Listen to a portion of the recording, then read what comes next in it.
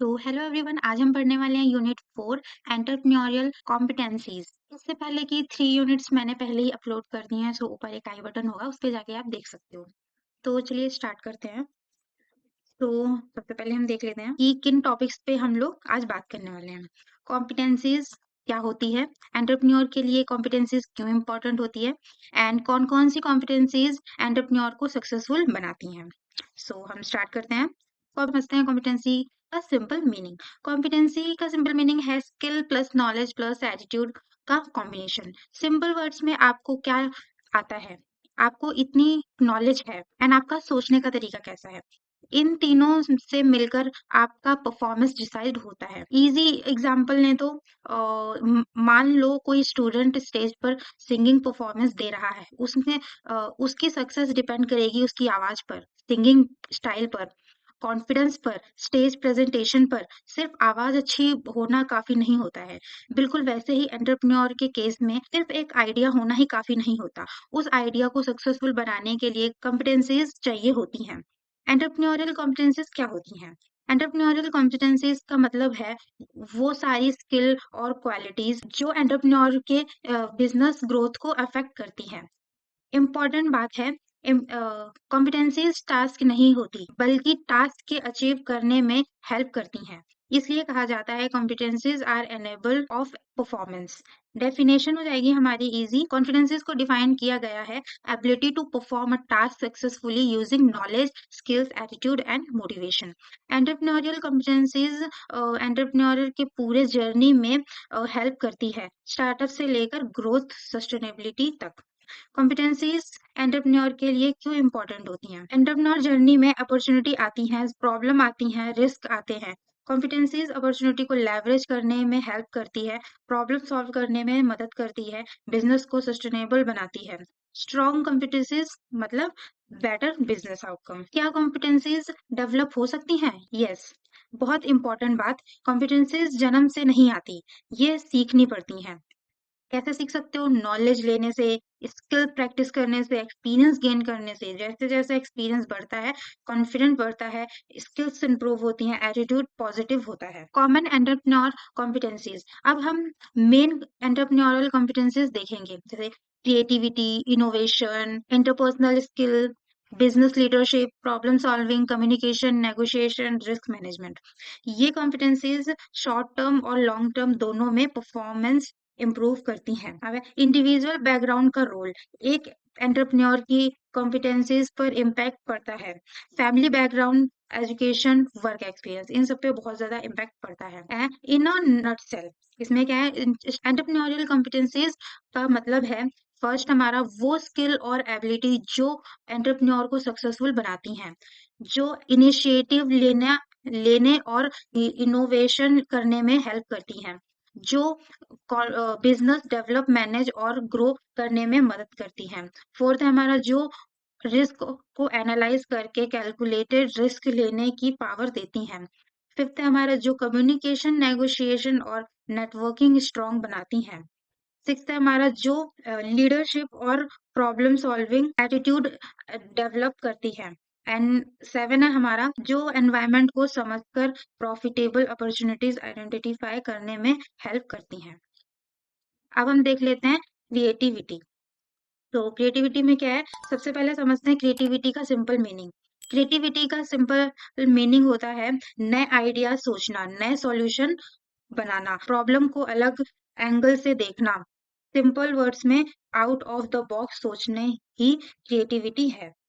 Define हम कैसे करेंगे? क्रिएटिविटी डिफाइन किया जाता है जैसे आइडिया, अल्टरनेटिव या पॉसिबिलिटीज जनरेट करने की एबिलिटी, जो प्रॉब्लम सॉल्व करने करने लोगों को कम्युनिकेशन करने में, कुछ नए क्रिएट करने में यूजफुल हो। इसका मतलब कि तो क्रिएटिविटी को हम डिफाइन करेंगे आइडियाज, अल्टरनेटिव या पॉसिबिलिटीज जनरेट करने की एबिलिटी, जो प्रॉब्लम सॉल्व करने, लोगों को कम्युनिकेट करने और नए नए आइडियाज क्रिएट करने में यूजफुल हो। इसका मतलब क्रिएटिविटी सिर्फ आर्ट या ड्राइंग तक सीमित नहीं होती है, बल्कि बिजनेस और एंटरप्रेन्योर में भी क्रिएटिविटी बहुत जरूरी होती है। क्रिएटिविटी का मतलब क्या क्या होता है? क्रिएटिविटी का मतलब होता है न्यू आइडिया जनरेट करना, प्रॉब्लम के मल्टीपल सॉल्यूशंस सोचना, दूसरों के साथ बेटर कम्युनिकेट करना, खुद को और दूसरों एंगेज करना और एंटरटेन करना। क्रिएटिविटी का नेचर क्या होता है? कोई फिक्स्ड चीज नहीं होती है, यूज करने से खत्म नहीं होती है, बल्कि यूज करने से और ज्यादा स्ट्रांग होती है। नए, अलग और यूजफुल कनेक्शन बनाना जो पहले किसी ने नोटिस नहीं किए हों, ये होता है क्रिएटिविटी का मतलब। क्रिएटिविटी और एंटरप्रेन्योर, मोस्ट सक्सेसफुल एंटरप्रेन्योर नए आइडियाज लाते हैं, अनसॉल्व प्रॉब्लम को सॉल्यूशन निकालते हैं, एग्जिस्टिंग प्रॉब्लम को बेटर तरीके से सॉल्व करते हैं। क्रिएटिविटी एंटरप्रेन्योर को हेल्प करती है बेटर डिसीजन लेने में, बिजनेस प्रोसेस मैनेज करने में, रिसोर्सेज को बेस्ट यूज देने में। अब हम देखते हैं यहाँ पे बेनिफिट ऑफ क्रिएटिविटी। अब हम क्रिएटिविटी के बेनिफिट समझते हैं। क्रिएटिविटी है हमारा फर्स्ट, क्रिएटिविटी इफेक्टिव मैनेजमेंट को एनेबल करती है। सेकंड है हमारा प्रॉब्लम को बेटर वे में सॉल्व करती है, अनसॉल्व प्रॉब्लम के सॉल्यूशन निकालती है, अवेलेबल रिसोर्सेज का बेस्ट यूज करवाती है। फिफ्थ है हमारा वीकनेस को ओवरकम करने में मदद करती है, इनोवेशन और इनोवेटिव आइडिया को जन्म देती है। इनोवेशन और इनोवेटिव आइडियाज को जन्म देती है, मार्केट में कॉम्पिटिटर्स के अगेंस्ट एज देती है। अब देख लेते हैं इनोवेशन क्या होता है। सिंपल वर्ड्स में इनोवेशन का मतलब होता है नए आइडियाज, प्रोसेस या प्रोडक्ट को एक्सेप्ट करना, इम्प्लीमेंट करना और मार्केट में यूज करना। इनोवेशन क्रिएटिविटी को यूटिलाइज में कन्वर्ट करता है, बिजनेस के लिए वैल्यू क्रिएट करता है। एंटरप्रेन्योर और इनोवेशन, सक्सेसफुल एंटरप्रेन्योर के लिए अपॉर्चुनिटी को पहचानते हैं। सक्सेसफुल एंटरप्रेन्योर कैसे होते हैं? अपॉर्चुनिटी को पहचानते हैं, प्रॉब्लम के इनोवेशन सॉल्यूशन निकालते हैं, मार्केट के चार्जेस के साथ अडेप्ट करते हैं, मार्केट के चेंजेस के साथ अडेप्ट करते हैं। इसलिए इनोवेशन एंटरप्रेन्योरशिप का कोर एलिमेंट है। Process of innovation,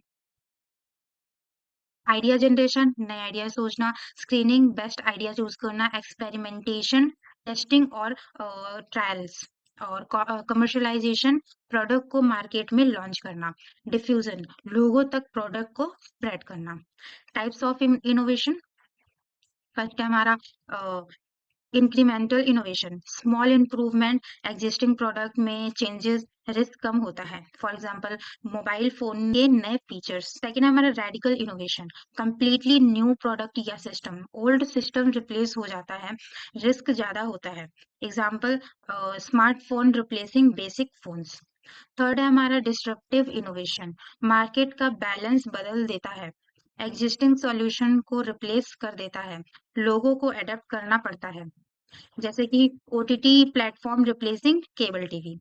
benefit of innovation, competition में बेटर परफॉर्मेंस करने में हेल्प करता है, बिजनेस को सस्टेन करने में हेल्प करता है, मार्केट में डिफरेंशिएट करने में हेल्प करता है, ग्लोबल मार्केट में टिकने में, कस्टमर की चेंजिंग नीड सेटिस्फाई करने में, इन सब में ये हेल्प करता है। अब हम देख लेते हैं कि चेंजेस ऑफ इनोवेशन, इनोवेशन के साथ साथ चैलेंजेस भी होते हैं, टेक्नोलॉजी फेल हो सकती है।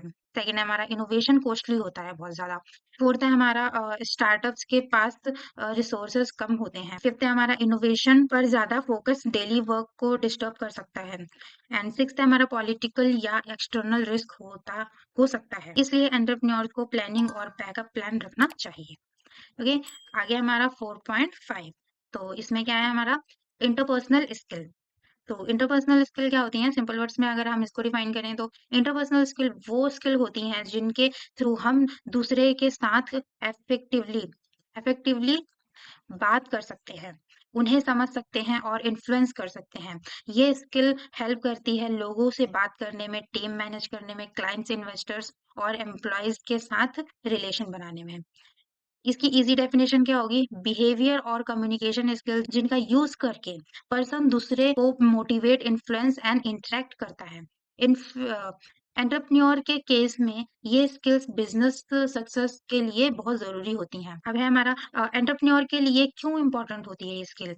एंटरप्रेन्योर को हर स्टेज पर कस्टमर से बात करनी होती है, इन्वेस्टर को कन्विंस करना होता है, टीम को लीड करना होता है, पार्टनर के साथ काम करना होता है। इसलिए इंटरपर्सनल स्किल एंटरप्रेन्योर की कंपेटेंसी होती है। इसके बाद है हमारा इंटरपर्सनल स्किल के एग्जाम्पल। एग्जाम्पल क्या होंगे हमारे इसके? कॉन्फ्लिक्ट रेजोल्यूशन, एम्पैथी, दूसरों की फीलिंग समझना, पॉजिटिव कम्युनिकेशन, अच्छे तरीके से बात करना, active listening, adaptability, confidence, patience, team work, flexibility, diplomacy.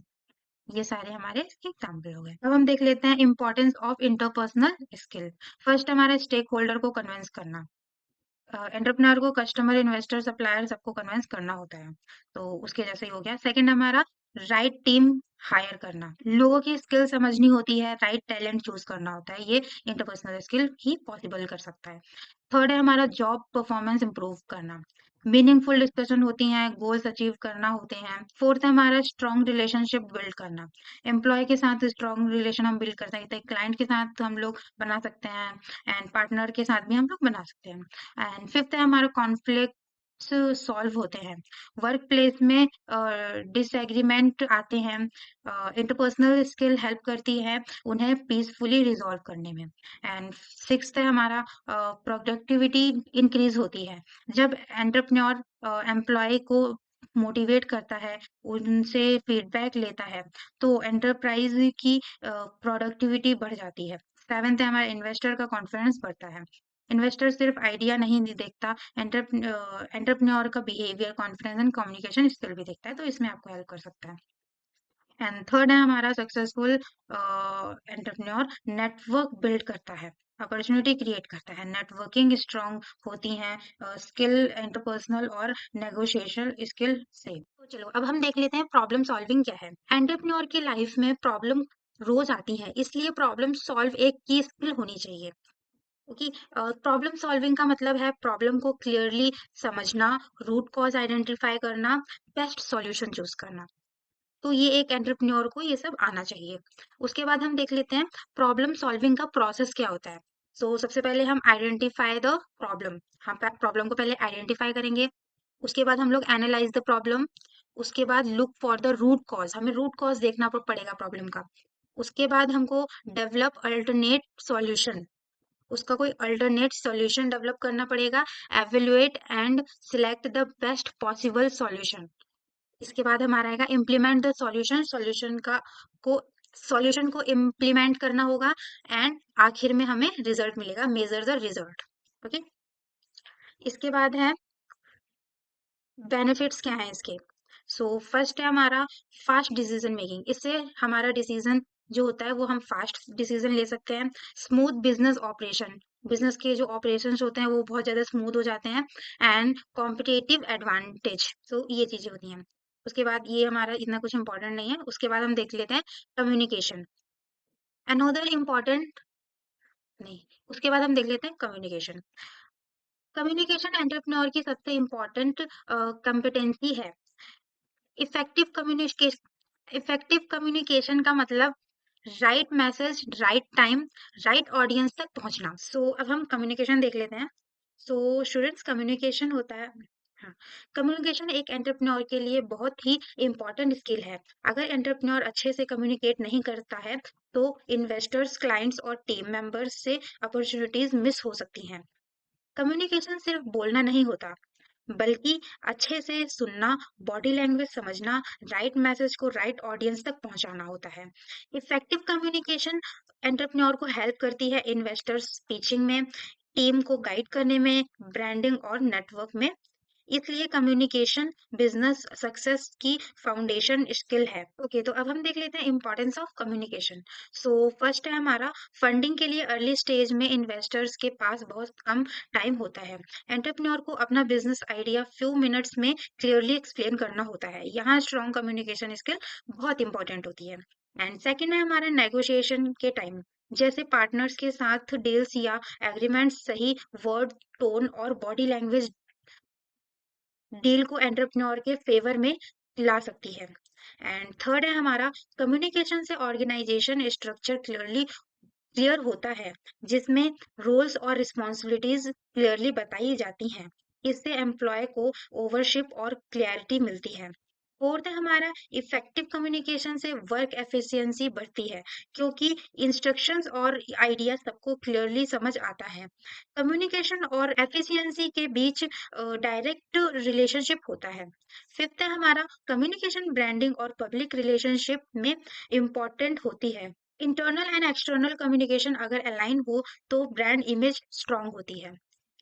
उसके बाद है सिक्स्थ हमारा है कम्युनिकेशन एक बेस कंपेटेंसी है जिसके ऊपर लीडरशिप, नेगोशिएशन और इंटरपर्सनल स्किल डिपेंड करती है। ओके, इसके बाद है हमारा इफेक्टिव कम्युनिकेशन के प्रिंसिपल्स। सो फर्स्ट है हमारा फ्लो ऑफ कम्युनिकेशन कंट्रोल करना। इंपॉर्टेंट मैसेज को प्रायोरिटी देनी चाहिए, अननेसेसरी इंफॉर्मेशन अवॉइड करनी चाहिए। सेकेंड हमारा फीडबैक होना चाहिए, कम्युनिकेशन होनी चाहिए ताकि कंफर्मेशन मिले मैसेज समझा गया है। उसके बाद हमारा लैंग्वेज सिंपल और क्लियर हो, कंफ्यूजिंग वर्ड और वैग्यू लैंग्वेज अवॉइड करनी चाहिए। उसके बाद है हमारा इमोशंस पर कंट्रोल, गुस्सा या इमोशनल स्ट्रेस में कम्युनिकेशन अवॉइड करनी चाहिए वरना मिसअंडरस्टैंडिंग हो सकती है। नॉन वर्बल में हमें सिंगल ऑब्जर्व करना चाहिए, सिर्फ वर्ड नहीं बल्कि रिसीवर के एक्शन और एक्सप्रेशन भी समझने चाहिए। म्यूचुअल उसके बाद हमारा म्यूचुअल ट्रस्ट और फेथ। इफेक्टिव कम्युनिकेशन तभी है जब दोनों साइड के बीच ट्रस्ट होना चाहिए। उसके बाद है हमारा नेगोशिएशन। नेगोशिएशन एक बहुत इंपॉर्टेंट एंटरप्रेन्योरियल कॉम्पिटेंसी है।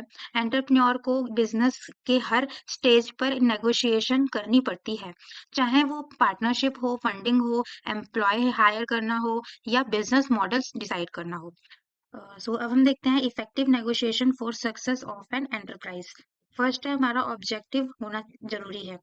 डील के टाइम हर इंसान अपना इंटरेस्ट पहले रखता है, ये नेचुरल है, लेकिन एक अच्छा नेगोशिएटर सिचुएशन को ऑब्जेक्टिवली देखता है, सिर्फ अपने फायदे के बारे में नहीं सोचता। अगर नेगोशिएशन फेल हो जाए तो टाइम और कॉस्ट दोनों वेस्ट होता है, इसलिए बैलेंस बनाना जरूरी है।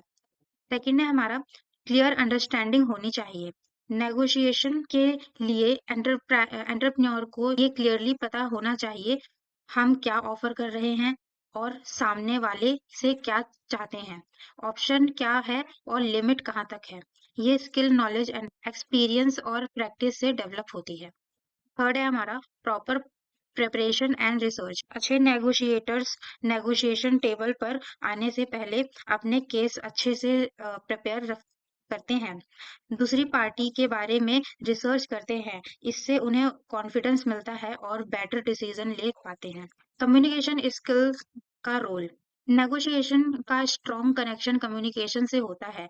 स्मार्ट नेगोशिएटर्स क्लियरली बोलते हैं, अच्छे लिसनर होते हैं, बॉडी लैंग्वेज को सही से यूज कर सकते हैं।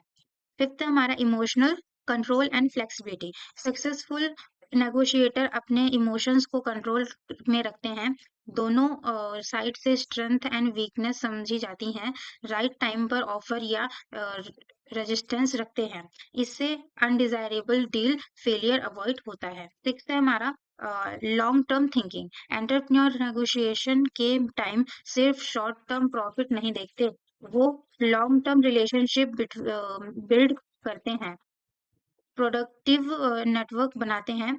कभी कभी नेगोशिएशन के वक्त कभी कभी नेगोशिएशन से वॉक अवे भी कर लेते हैं। अब हम देखते हैं रिस्क मैनेजमेंट। रिस्क मैनेजमेंट किसी भी बिजनेस के लिए बहुत ही इम्पोर्टेंट कॉम्पिटेंसी है। कोई भी बिजनेस बिना रिस्क के नहीं हो सकता, इसलिए एंटरप्रेन्योर को पहले से ही रिस्क को आइडेंटिफाई, एनालाइज एंड कंट्रोल करना चाहिए।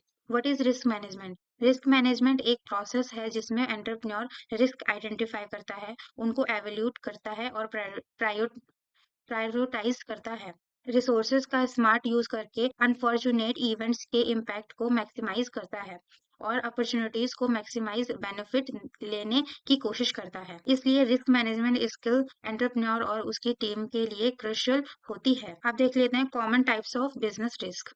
फर्स्ट हमारा product design acceptability, raw material availability, resources shortage, की एम्प्लॉयज टू कंपनी छोड़ना की एम्प्लॉयज का कंपनी छोड़ना, कॉम्पिटिटर्स का एग्रेसिव प्राइसिंग, गवर्नमेंट रेगुलेशंस और पॉलिटिकल इंस्टेबिलिटी, ये सारी चीजें होती हैं। अब हम देख लेते हैं importance of risk management. First है हमारा आज के टाइम में रिस्क मैनेजमेंट पहले से ज्यादा इम्पोर्टेंट हो गया है क्योंकि ग्लोबलाइजेशन और टेक्नोलॉजी की वजह से रिस्क कॉम्प्लेक्स हो गया है। सेकेंड है हमारा रिस्क मैनेजमेंट एंटरप्रेन्योर को कॉन्फिडेंस देता है और investors, partners and in insurers को भी भरोसा होता है कि बिजनेस टफ सिचुएशन हैंडल कर सकता है। थर्ड, हमारा एंटरप्रेन्योर को फ्यूचर सिनेरियोज का आइडिया होता है और वो इम्पैक्ट असेस करके कंटीजेंसी प्लान बना सकते हैं। फोर्थ, हमारा डिजिटल टेक्नोलॉजी की वजह से न्यू रिस्क कंटिन्यूसली एमर्ज हो रहे हैं। टेक्नोलॉजी चेंजेस की स्पीड से डिसरप्शन का रिस्क बढ़ जाता है। फिफ्थ, हमारा क्लियर रेगुलर्स ना होने पर इन्वेस्टर्स का कॉन्फिडेंस कम होता है और बिजनेस का रिस्क लेवल इंक्रीज हो जाता है। ओके, सो ये चैप्टर हमारा कंप्लीट हो चुका है। नेक्स्ट चैप्टर मिलते हैं।